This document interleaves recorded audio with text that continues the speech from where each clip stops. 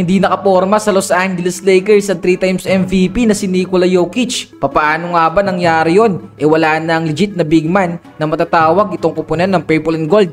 Walang yahan na yan. Tara mga idol, tignan natin kung ano nga ba naging dahilan kung bakit naging ganito ang performance ni Mr. MVP.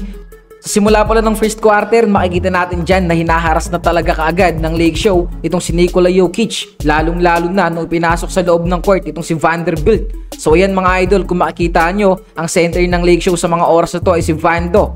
Tignan nyo maigi guys, kukuha dyan ng bola si Nikola Jokic. Pinasahan ni Russell Westbrook, pero guess what? Nahuli ni Vando yung bola mga idol, no?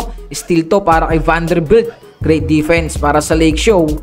Nakalusot na sana rito si Nikola Jokic sa depensa ni Dalton Knecht mga idol. Kaso nga lang, sinalubong siya ng 7-footer na big man ng Lake Show na si Jackson Hayes na naging dahilan para i-drop pass niya yung bola kay Aaron Gordon.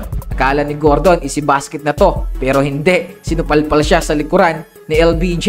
Well, nakuha pa rin dito ng Denver ang bola at meron nga silang another chance para makascore. Kaso nga lang, tingnan nyo maigi, sobrang higpit talaga ng depensa ng LA sa loob ng paint. Sinupalpal ni DK itong si Mr. MVP sa likuran. At hindi lang yan nakaalalay din kaagad si Jackson Hayes.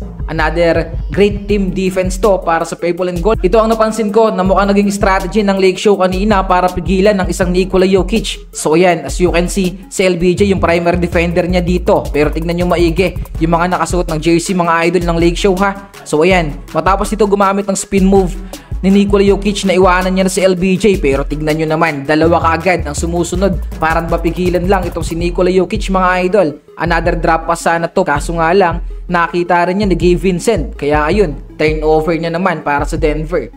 Katulad na kanina, si LBJ ulit dito ang defender ni Nikola Jokic mga idol. Tingnan nyo maigi. Bago pa makalusot sa depensa ni Lebron itong si Nikola, lumapit na kaagad yung secondary defender which is si Rui Hachimura. So ayan, napilitan na dito si Nikola Jokic na kuhain yung bola at ipasa to sa kasamahan niya. Sa mga oras ng mga idol, nakita niya na nag-backdoor cut si Aaron Gordon, kaya pinigay niya dito yung bola. All of a sudden, the play is broken. Matapos nga hindi masalo ni Aaron Gordon yung bola na galing sa pasa ni Nikola Jokic. Kaya ayun, another TO to para sa kupunan ng Denver. Dahil sa magandang depensa na pinapakita ng Lake Show laban kay Nikola Jokic, napansin ko lang na may pagkakataon na nawawala na to ng gana matapos nga ma-turnover. Katulad na nga lang ito. So ayan, panoorin yung maigi mga idol. Bale mangyayari dito, ibibigay ni Jamal Murray yung bola kay Nikola Jokic. Sa senaryo na to, si Dorian Finney-Smith naman ang tumatao kay Nikola Jokic. So yan, gamit ng bounce pass, ibibigay na sana ni Jamal Murray yung bola kay Joker. Kaso nga lang nakita to ni Dorian Finney-Smith, kaya yun, na-steal niya yung bola. Tingnan nyo maigi mga idol yung naging gesture ni Nikola Jokic, parang wala na siyang gana at hindi na nga ito bumaba papunta sa kabilang court. Ang masaklap na i-convert to ng Lake Show from defense into offense. So ayan, DFS pass to AR-15. Austin Reeves behind the back pass to LBJ. Napakagandang pass niyan mga idol. Sinubukan ditong pigilan ni Jamal Murray sa LBJ. Kaso nga lang ang masaklap, sabi ni Lebron, sumakay ka pa, huwag ka lang malikot. Imbis na mapigilan, walang yan. Nagbistulang bata rito si Jamal Murray mga idol, no? Sa sobrang lakas ng katawan ni LBJ, ayun, talasik ang inaabot.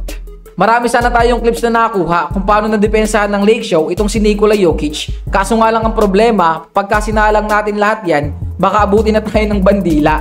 Pero eto mga idol, isasama ko na lang din dito kung paano ni Jackson Hayes napigilan si Nikola.